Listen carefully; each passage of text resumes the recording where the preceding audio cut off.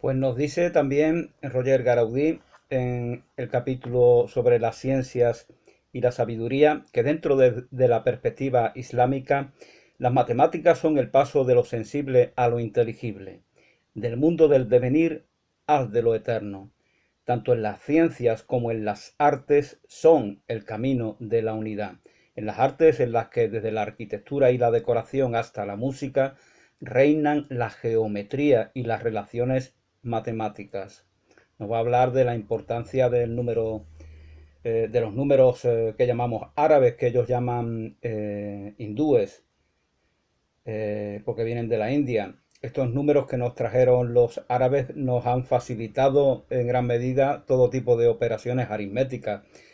Nos dice Garaudí que para escribir el 4444 utilizábamos en los símbolos romanos hasta 12 signos, y en cambio en la numeración arábica 4444 con 4 nos basta, y eso facilita muchísimo todo tipo de operación aritmética. Y fijaos la influencia que esto tiene en el desarrollo de la física, de la química, de la ingeniería, de las artes, de todo tipo de disciplina de ciencia que necesite de este tipo de operaciones para que se dé una progresión en ellas.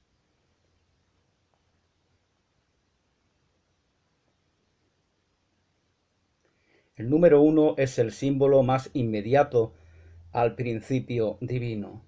La serie de números y sus combinaciones forma la escala por la que el hombre se eleva de lo múltiple hacia lo uno. Así pues, las matemáticas están directamente ligadas al mensaje islámico fundamental, el de la unidad. Son una ciencia sagrada, y una de las analogías que sugieren la presencia de lo divino tanto en las demás ciencias como en la geometría de las artes.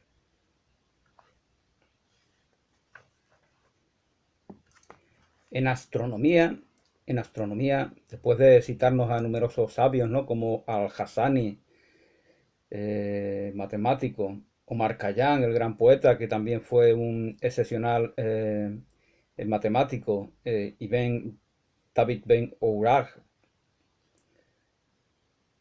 que inauguró el cálculo integral y ligó la geometría con el álgebra, palabra, por cierto, que nos viene del árabe. Tusi, Al-Biruni, Abul-Bafa, etc. En astronomía se integró la herencia de Ptolomeo y fue superada ampliamente en todos los planos, también aquí en perfecta unidad con los fines últimos asignados al Islam. Uno de los mayores astrónomos del siglo IX, Al-Batani, escribió: por la ciencia de los astros el hombre accede a la prueba de la unidad de Dios. Por la ciencia de los astros, la astronomía, el hombre accede a la prueba de la unidad de Dios y al conocimiento de la sabiduría de su obra. Bueno, fijaos lo diferente que es esta cita de esa que se repite por ¿cómo se llama este científico? Sagan, ¿no? Que decía: mirad, mirad las estrellas, mirad el universo, mirad el infinito, no hay ningún Dios, no hay ningún Dios. Esa proclama atea en la cual pues él se reafirma en esa religión occidental que, como ya os he comentado en algún vídeo anterior, es lo que define a Europa. Pues aquí este hombre, Al-Batani, es exactamente lo contrario. Cuando contempla esa conmovedora visión del universo, de esos millones de estrellas, lo que siente es la prueba palpable de la unidad divina que da origen a tal diversidad. Es una concesión distinta, porque se parte de la plenitud, de la abundancia, no de la mentalidad mezquina que necesita llenar un vacío, como el vacío existencial, por ejemplo, de tantos filósofos del siglo XX, que son los voceros de esta mentalidad mezquina que siembra la miseria, que expolia a los países pobres, que los humilla, que los esclaviza Ellos, estos filósofos existencialistas, son los demagogos dialécticos que disfrazan esos crímenes con la belleza falsa, falaz de sus argumentos. La ciencia árabe se caracteriza primero en el plano de la observación, ya que contrariamente a los griegos, su acercamiento es principalmente experimental. El califa Al-Ma'mún mandó edificar en Bagdad un observatorio para localizar metódicamente el movimiento de los planetas. Bajo la dirección de Yahya ben Abi Mansur se efectuaron precisas mediciones controladas por el centro de Gundisapur y verificados 3 años después en el observatorio del monte Kasiyun, cerca de Damasco. Los astrónomos de Al-Ma'mún establecieron así las tablas mamúnicas que modificaban profundamente las de Ptolomeo. Incluso Ibn Tabib ben Qurra escribiría un tratado sobre la razón de la sustitución de las tablas de Ptolomeo por unas tablas experimentadas. El primer volumen de leyes agrupadas en códice por Alfonso X el Sabio, ese rey que fue precisamente el que conquistara Cádiz y Sevilla allá por el siglo XIII. Este primer volumen de este códice de las 7 partidas incluye en su segunda parte una legislación sobre la guerra que es una recopilación de textos musulmanes sobre el tema.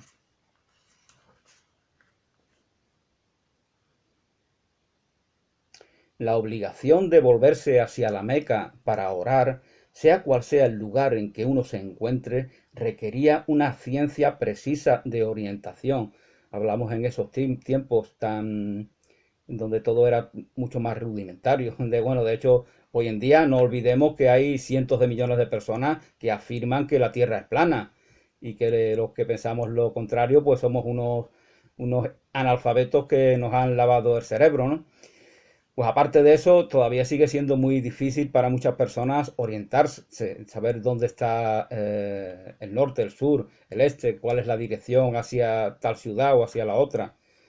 Y la obligación de volverse hacia la Meca para orar, de hacerlo, creo que son 5 veces al día, si no me equivoco. Sea cual sea el lugar en que uno se encuentre, requería una ciencia precisa de orientación en el espacio, al igual que la obligación de fijar puntualmente las 5 oraciones cotidianas, exigía la localización exacta del sol. Para orar 5 veces a lo largo del día, en momentos puntuales, pues necesito saber cuándo es ese momento. Para señalar el principio y el final del ayuno cotidiano, también se precisa eso, y la duración del ciclo lunar para calcular el principio y el fin del Ramadán, que parece ser que está en relación con el calendario lunar, que tanto gusta a esta nueva era. Antaño, cuando yo era niño, la nueva era era cosa de anarquistas, de libertarios. Podéis ver la película Her, ¿no? Aquarius, Aquarius. No es como ahora, ¿no? Ahora la nueva era, pues son de unos fachas que se meten en la Casa Blanca, reivindicando a su amado Trump, o Trump, mejor dicho. Entonces han cambiado las cosas, ¿no? Han usurpado. Ya comentaba que la extrema derecha ha usurpado tópicos antisistemas que eran propios de la izquierda, del anarquismo, por ejemplo. Y no solo ha usurpado esto, sino que algunos tópicos culturales como es la nueva era, la era de Acuario.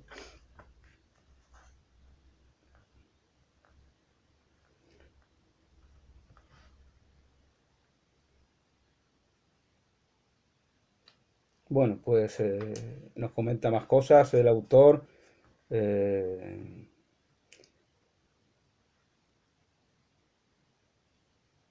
la corte de Roger II de Sicilia, el gran geógrafo árabe Idrisi, nacido en Ceuta justamente, componía el libro de Roger, que con sus mapas constituye la descripción más elaborada del mundo medieval.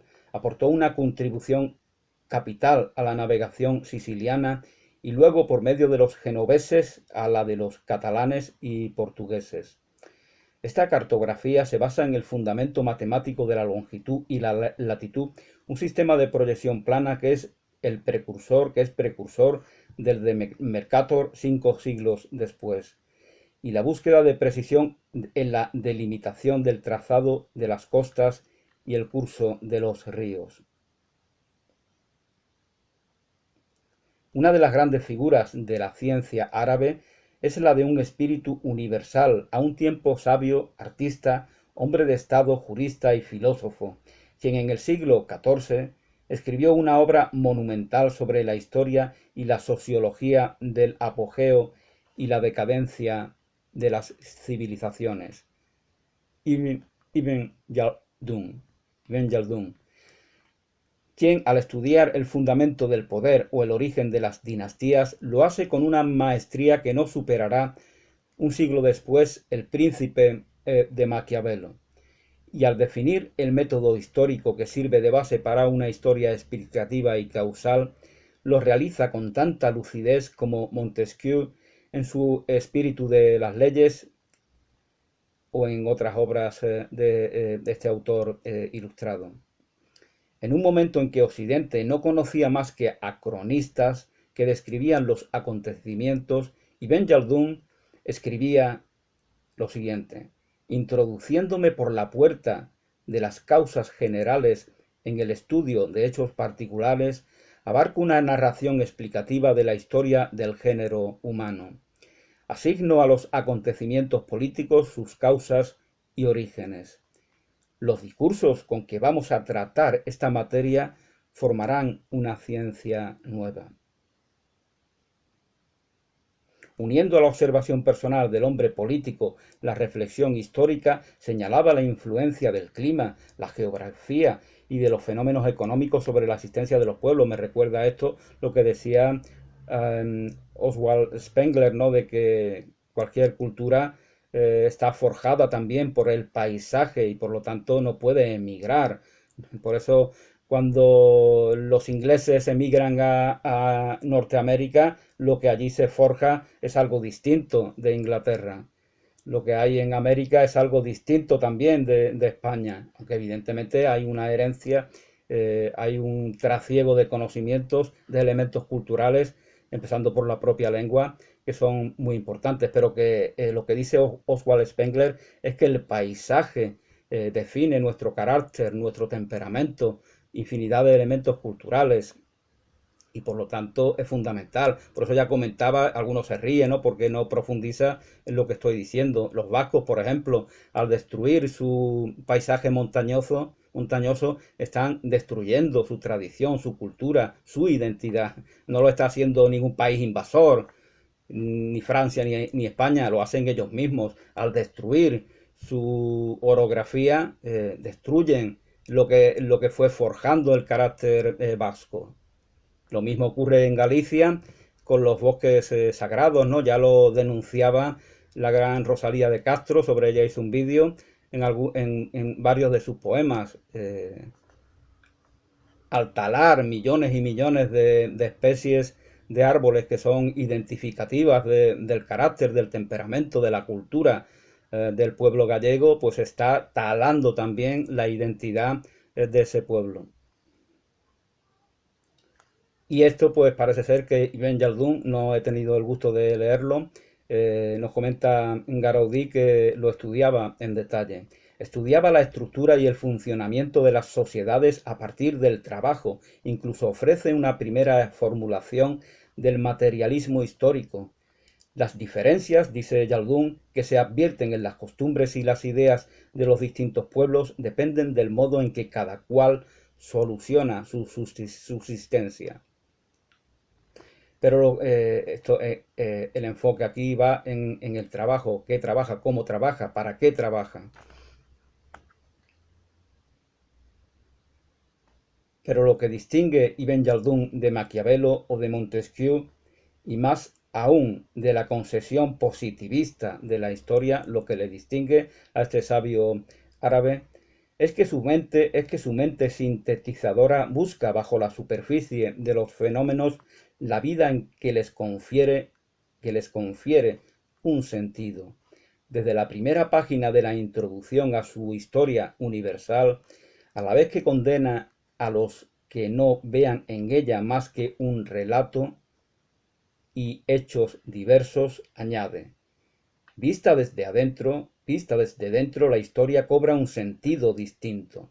Para él se trata de explicarle al lector cómo y por qué son las cosas como son. No se trata de una cronología hueca sin ninguna esencia. No hay rastro en él del finalismo pueril y el provincialismo de Bossuet en su discurso sobre la historia universal, escrito 2 siglos después. Lo considera muy inferior Roger Garaudí. Aunque también él invocase por encima de cualquier sabio, dice Bossuet, él es omnisciente. Bueno, esto lo dice el Corán. Por encima de cualquier sabio, él es omnisciente. Incluso Bossuet recordaba este verso coránico. Él es Alá.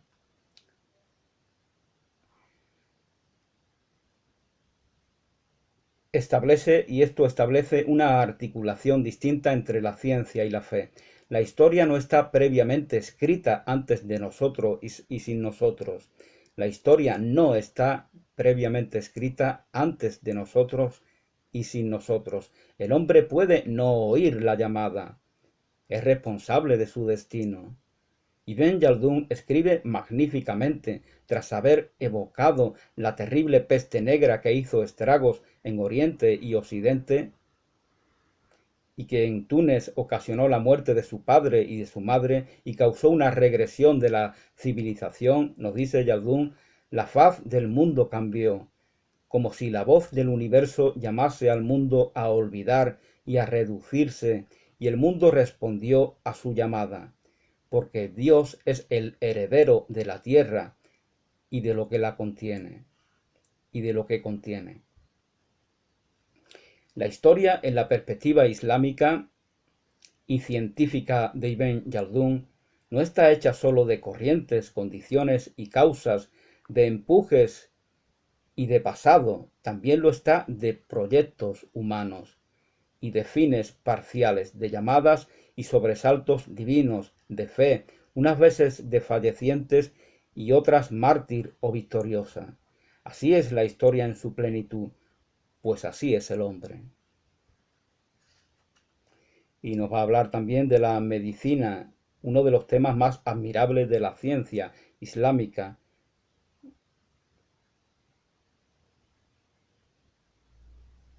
Las nociones de equilibrio y armonía centrales en el Islam pasan al primer plano en la teoría y la práctica médicas. Esta teoría médica, ligada a la metafísica, a la cosmología, a la filosofía del Islam, que considera al hombre un microcosmos que reúne en él a la totalidad de grados del ser, está estrechamente ligada a la observación y a la práctica clínicas. La enseñanza de la medicina se realiza en el hospital.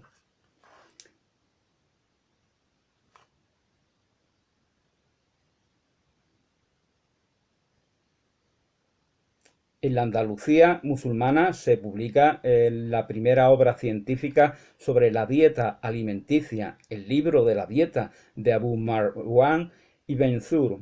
En realidad, la medicina islámica es la herencia de un largo pasado. En Gundipashapur, a partir de finales del siglo III, se reunieron los médicos de la India, del Irán y de Egipto.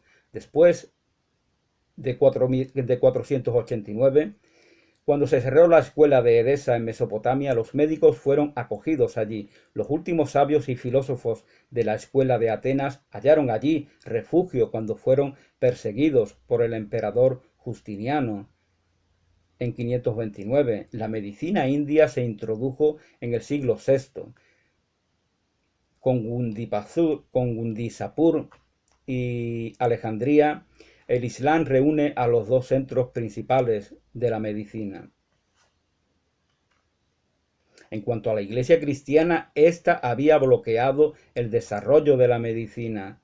En 1215 todavía el Papa Inocencio III, en el Concilio de Letrán, decidió, bajo pena de excomunión, queda prohibido a cualquier médico curar a un enfermo si este último no se ha confesado previamente, porque la enfermedad proviene del pecado. Entonces es una visión distinta, no es un problema de falta de armonía, sino del pecado. Es una agresión al Señor. Estamos endemoniados, de ahí esa conclusión a la que llegan, ¿no? De considerar como endemoniados a personas que tienen enfermedades mentales, ¿no? Como ha pasado durante tantos siglos en el cristianismo.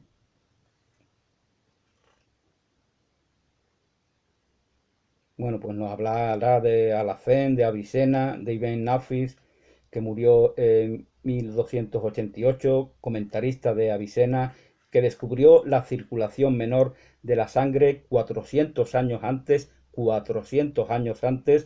que Harvey y 300 antes que Miguel Servet, el gran médico español, también ejecutado en este caso, por los protestantes calvinistas en la hoguera.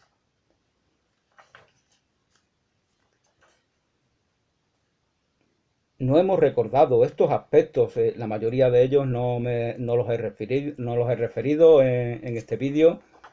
Lo podéis encontrar en Promesas del Islam de Roger Garaudí. No hemos recordado estos aspectos de la contribución arábigo-islámica al desarrollo de las ciencias y la cultura en general, más que para mostrar la necesidad de cambiar radicalmente una perspectiva histórica profundamente deformada por el etnocentrismo occidental, que hizo de la Edad Media un paréntesis entre la cultura grecorromana y la que emergió en el Renacimiento. Si se renuncia a convertir a Europa en el ombligo del mundo, y si se considera el desarrollo humano como un todo, hay que reconocer que de los siglos VII al XIV no existió un agujero negro, no existió en estos siglos medievales un agujero negro, sino el florecimiento de una de las civilizaciones. Por eso le llaman Edad Media, para ocultar todo este esplendor arábigo-musulmán y toda la herencia que recibimos los pueblos occidentales de tal esplendor. Entonces, para manipular la historia, decimos que esa Edad Media es un tiempo oscuro que hay que olvidar. Los que vencen plagian a los vencidos, nos decía María Zambrano. Y este puede ser un ejemplo de tal afirmación. El florecimiento de una de las civilizaciones más brillantes de la historia, la civilización arábigo-islámica. El Renacimiento, nos dice Ignacio Olagüe, el español, que afirma en su libro de los que los árabes nunca invadieron España, ese libro controvertido, ¿no? Tampoco lo he leído, pero bueno, aquí hay muchas conferencias, charlas sobre este tema. Especialmente las que hace Emilio González Ferrín, que más o menos sigue una perspectiva similar a la de este autor, Olagüe. El Renacimiento, dice Ignacio Olagüe, no heredó directamente las enseñanzas de la civilización griega tras un periodo oscuro llamado a veces Edad de Hierro. El cristianismo no es la prolongación del genio helénico, ni Santo Tomás, sucesor de Aristóteles. En el siglo XVII, Galileo no volvió a poner en marcha la evolución de las ciencias en suspenso tras la muerte de Arquímedes en el siglo III a.C. El espléndido aislamiento de Occidente es una superchería. Es una superchería el espléndido aislamiento de Occidente. Este es el primer mito europeo centrista que hay que disipar como un sueño engañoso. La civilización arábigo-islámica, dice Roger Garaudí, durante un milenio fecundó el pasado y preparó el futuro. A través de España y de Sicilia le transmitió a Europa una cultura cuya carga asumió durante un milenio. Ejerció influencia en Occidente con las traducciones latinas de obras musulmanas realizadas en Toledo, bajo la dirección del arzobispo Raimundo, y con el impulso de Alfonso X, el sabio rey de Castilla, que dicen que se había casado, afirma Gaudí, que se había casado con la hija del califa de Córdoba. Fue que en esa época, no sé si también fue el propio Alfonso X el que conquistó el reino de Córdoba. Había en el siglo, a principios del siglo XII, XIII, en Andalucía pues había 4 reinos: el de Sevilla, el de Córdoba, el de Granada, evidentemente, que subsiste hasta 1492, y el otro creo que era el de Jaén.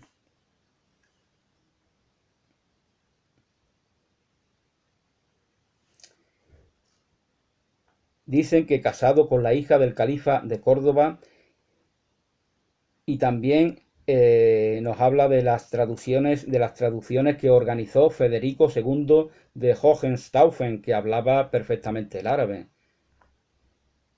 y encargó a Miguel Scotus la traducción del libro de los animales de Avicena y los comentarios de Ben Averroes sobre Aristóteles para hacerlas llegar a las universidades de Occidente.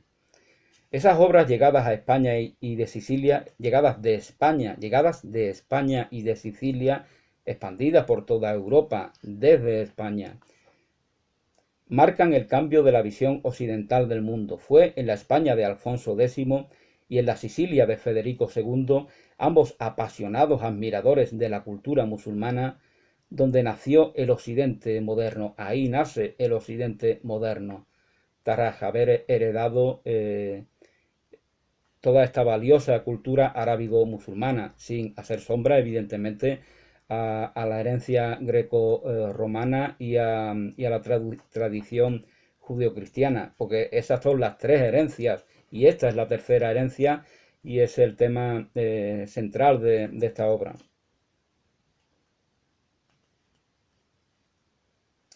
La más brutal ruptura entre Oriente y Occidente se halla en la obra de Descartes, René Descartes, que despoja a la naturaleza de su vida propia.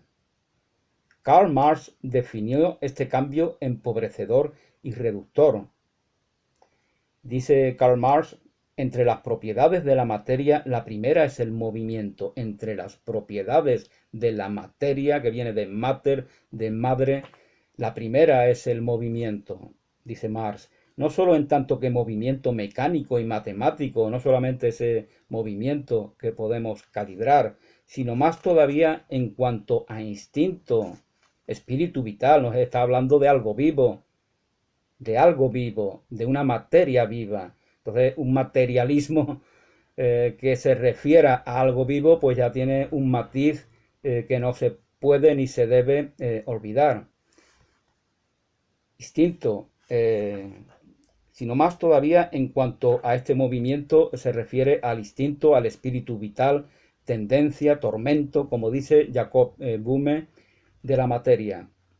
Con Bacon, la materia le lanza al hombre sonrisas poéticas y a la vez materiales. No sabía que era tan lírico Karl Marx.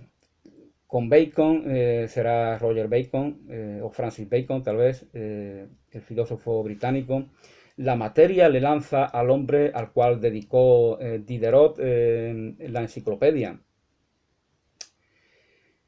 La materia, con Bacon, le lanza al hombre sonrisas poéticas y a la vez materiales. Posteriormente, el materialismo se vuelve exclusivo.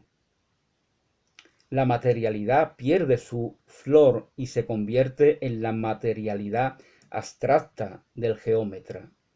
El movimiento físico, el de la vida, el movimiento físico, el de la vida, se sacrifica al movimiento mecánico o matemático, se proclama a la geometría, ciencia principal. El materialismo se vuelve misántropo, dice Marx. El materialismo se vuelve misántropo, afirma Carlos Marx, como se le llamaba antiguamente, que se traducían los nombres propios. La palabra infinito no tiene ya más que un sentido cualitativo, la capacidad de nuestra mente de añadir sin límite. El hombre se ha sometido a las mismas leyes de la naturaleza, su poder y libertad son idénticos. Esto dice Karl Marx en sus obras filosóficas. En efecto, dice Gaudí, a partir de Descartes, nuestra ciencia por principio ignora al hombre y en primer término su dimensión fundamental, la trascendencia. Es lo que nos falta, trascendencia y comunidad. Eso va minando la sociedad hasta destruirla, hasta degenerarla, hasta degradarla, hasta confrontarla consigo mismo y eso ya resulta un mal irreversible. La ciencia se vuelve puramente cuantitativa. Todo lo real, como escribía Bergson, Henry Bergson, su compatriota, se desvanece en humo algebraico. El hombre se despliega en su yo solitario, insular. El hombre se aísla. En el cogito y la eficacia es el único criterio de una ciencia y una técnica que tienen por único objeto convertirnos en dueños y señores. Dominaremos la tierra, la aplastaremos sin piedad. Ay.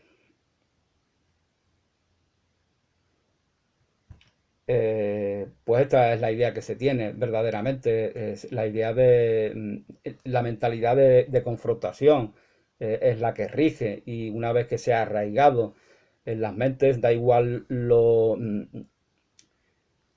ingeniosas y lo profundas que que sean estas mentes, justamente cuanto más ingeniosa y más profunda, mayor es el mal que hace este paradigma reactivo, este paradigma compensatorio, este vacío que debe de ser llenado, mayor es el mal en las personas. Por eso Nietzsche se equivocaba cuando se quejaba de los débiles. El problema no son los débiles, el problema son los fuertes, porque son los que se quedan quietos cuando se les impone este paradigma que les destruye, este vacío que deben de compensar. Entonces se dedican toda su vida a compulsiones, a un estado de queja permanente, como me dijo alguien alguna vez, que le reproché que se quejaba mucho y me miró sorprendido y dijo, yo no me he quejado en mi vida.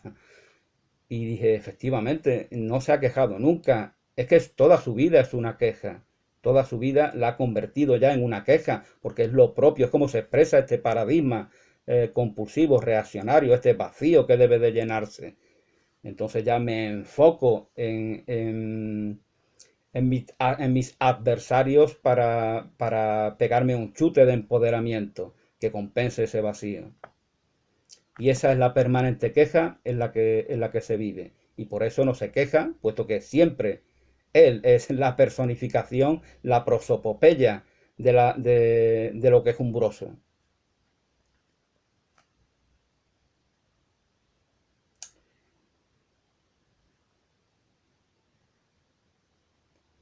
Incluso la vida se reduce a este mecanismo. Los animales, para Descartes, se reducen a máquinas. Los animales ya son máquinas. Por eso podemos maltratarlos, destruirlos. Por eso creamos todas esas macrogranjas con millones de pollos, de vacas, de cerdos. Y los torturamos y los ejecutamos y nos importa un bledo. Porque nos hemos deshumanizado. Hemos perdido nuestra sensibilidad y lo que hacemos es fingir que la tenemos, y entonces todo se queda en una pose, como pasa ahora con el genocidio que está aconteciendo en Oriente Próximo. Todos se quejan, pero nadie hace nada, nadie altera su vida, nadie hace un gesto definitivo que pudiera indicar que realmente nos conmueve esa injusticia. No hacemos nada. y somos los responsables porque esos que perpetran esa guerra que mata a tantos inocentes no son más que un pedazo de este occidente decadente, vacío, hueco, reaccionario, existencialista, no son más que ese pedazo de occidente impuesto en este próximo Oriente. La resaca del colonialismo, la resaca del imperialismo, eso es el Estado de Israel.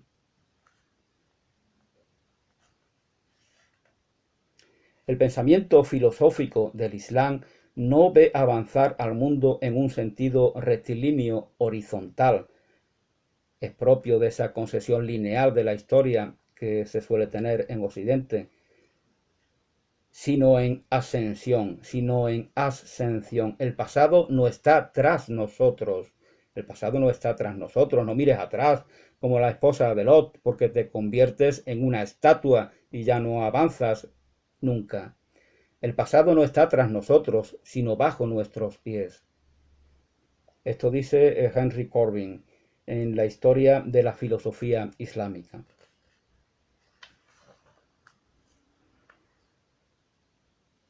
Es asombroso el paralelismo que hay con la política. En política, siglos de constantinismo crearon una confusión entre dos instituciones distintas, la Iglesia y el Estado, falseando hasta volverlo insoluble, aun hoy el verdadero problema, el que plantean las relaciones entre la fe y la política, entre trascendencia y comunidad.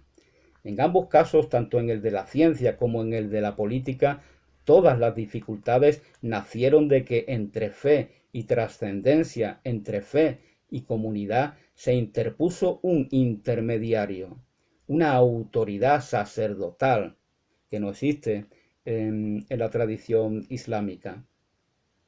Una autoridad sacerdotal, una iglesia con sus dogmas. Para Dostoyevsky, la Iglesia católica ha caído en la tentación de la cual se nos habla en los Evangelios, la tentación de la codicia. Ha querido ser como el César y por eso se ha condenado a sí misma. Lo que no puede condenar es a la Iglesia de Dios, porque esa Iglesia no está, no pertenece al César, como bien nos dice en la tradición cristiana.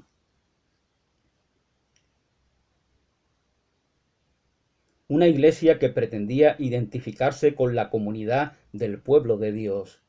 Somos el pueblo de Dios y de esta forma pues me apropio de tal pueblo y de tal Dios de manera espuria y retorcida y especulativa.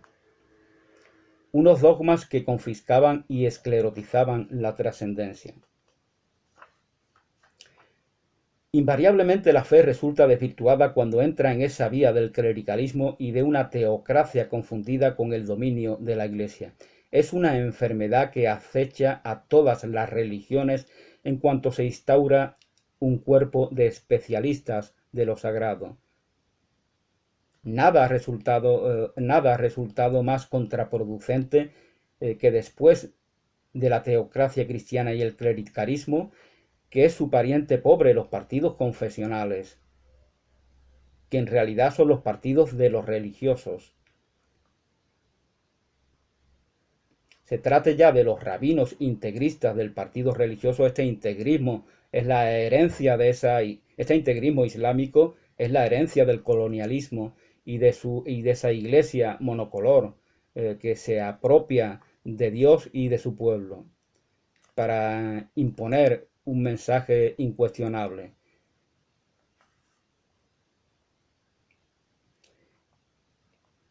Los rabinos integristas del partido religioso de Israel, pues exactamente lo mismo. Lo han heredado de esas naciones occidentales que también conocen, porque verdaderamente el común de ellos ha sido educado en esta mentalidad occidental.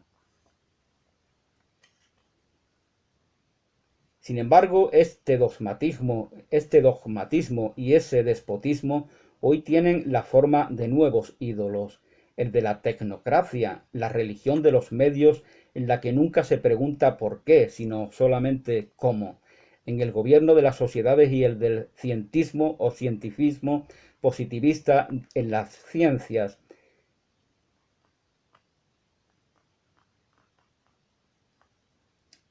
En esta mentalidad cientifista se excluye a priori cualquier problema que no tenga una respuesta cuantitativa, se excluye cualquier problema, por eso el cerebro se ha ido empequeñeciendo al limitarlo todo a lo que puede ser calibrado, a eso que llama cuantitativo, y cuyos ritos denominados método exigen que sólo se expliquen los fenómenos a partir de fuerzas ya existentes, que están en el pasado, ese mismo que mira Lot con su curiosidad que le resulta tan dolorosa, habida cuenta del resultado. Exige que sólo se expliquen los fenómenos a partir de fuerzas ya existentes, o sea, que no se conciba el futuro más que como una combinación nueva de elementos ya existentes. Ese eterno retorno, todo se repite una y otra vez, no se va a repetir si manda el pasado y solamente el pasado, entonces no hay esa predisposición a la revolución, a lo novedoso, a ese aporte, a esa razón poética, como decía María Zambrano, que nos descubre algo que trasciende lo que permanentemente se repite. En ambos casos, la eclosión poética de lo radicalmente nuevo está excluida por principio. Y estamos condenados en política, estamos condenados a convertir el futuro en una prolongación del pasado. En las ciencias, a reducir lo superior a lo inferior. ¿Es la filosofía islámica portadora en sí misma de una posibilidad de superación de esa doble limitación? Se pregunta el autor y tal vez nos dé respuesta en el próximo capítulo que lleva por título La filosofía profética. Gracias y hasta entonces.